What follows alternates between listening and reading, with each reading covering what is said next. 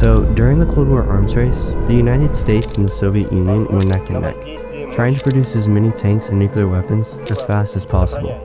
But meanwhile, Sweden was doing something far more serious. They were browsing Facebook Marketplace, looking for an overpowered MBT. Despite all the great options, like this snazzy looking Leopard 1, Sweden decided they could build their own MBT better for cheaper, so they did. This is what they built. Yeah, I'm pretty sure they said the same thing when they made the Strv 74 variant too, but the Swedish needed a new MBT to replace the outdated 74 variant. So they went from tall and skinny to short and flat, and somehow still managed to classify it as an MBT. Wait a minute.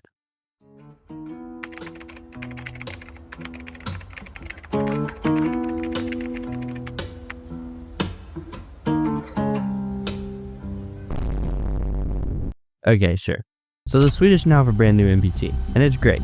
It's the first ever MBT to not have a turret, which gives it a huge armor advantage, right? Well, during the designing process of the 103, the Swedish were able to get some World War II data from the UK, stating that most tanks knocked out during action at the time were actually from a hit to the turret or the turret ring. With this data, they decided to go with a turretless design, thinking it would fix the armor issue. So, did it fix the armor issue? Sadly, we will never know. We will never get to see if the turretless design was actually a smart decision or not, because the tank never saw combat before it was retired in 1997. That's right, the Strv was in service for 30 years, which is actually not that bad when you compare it to some other tanks that have been in service. Anyway, the Strv 103 wasn't just the first main battle tank without a turret. It was also going to be the first tank to drive its crew, or rather its lone crew member, to the brink of a psychological breakdown. Though this feature was obviously never intended to be added, though it was almost certainly close to being a feature for the mass production variants. Luckily, Sven Berge, I hope I pronounced that right, the engineer behind the tank, saw the flaw and corrected it in the early test models. The flaw in question was that the tank was only originally designed to have a crew of 1. As groundbreaking as it sounds, it was deemed a bad idea due to the effects of being alone. Operating a full-size tank in combat by yourself could have on your brain. Though that was not the only reason the crew size was up to 3 members. It was also more practical to have 3 crew members.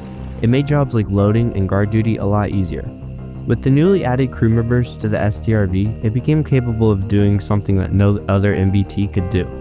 It was the only MBT that allowed every crew member to drive the tank. The driver and the commander sat up front and were able to switch between who had control of the tank. And I know what you're thinking. No, they did not fight over the control of the tank, because the commander's side had admin privileges and could forcefully take full control whenever he felt like it. But this is not the sole reason the Strv is unique compared to other MBTs. The radio operator who sat in the back facing the rear of the tank was also able to drive the 103. So this means if it ever needed to get out of a sticky situation while keeping its armor facing towards the enemy, it could. This gave the 103 a huge advantage for fleeing the position it had been spotted, especially since it's capable of going 37 miles per hour backwards, which is the same speed it could maintain while going forward. Not only that, but the Strv was built to be a natural sniper, which makes sense. I don't think it'd be very wise to engage in a close-range duel with an MBT that has a rotating turret. So the Strv could take a shot as accurate as a stormtrooper, slip away into a new position, and deliver a kill shot. Speaking of slipping away, this is what the Strv was best at. I mean, the 103 literally had a lower profile than the T62. Magic. But it's also to be expected when the tank looks like this.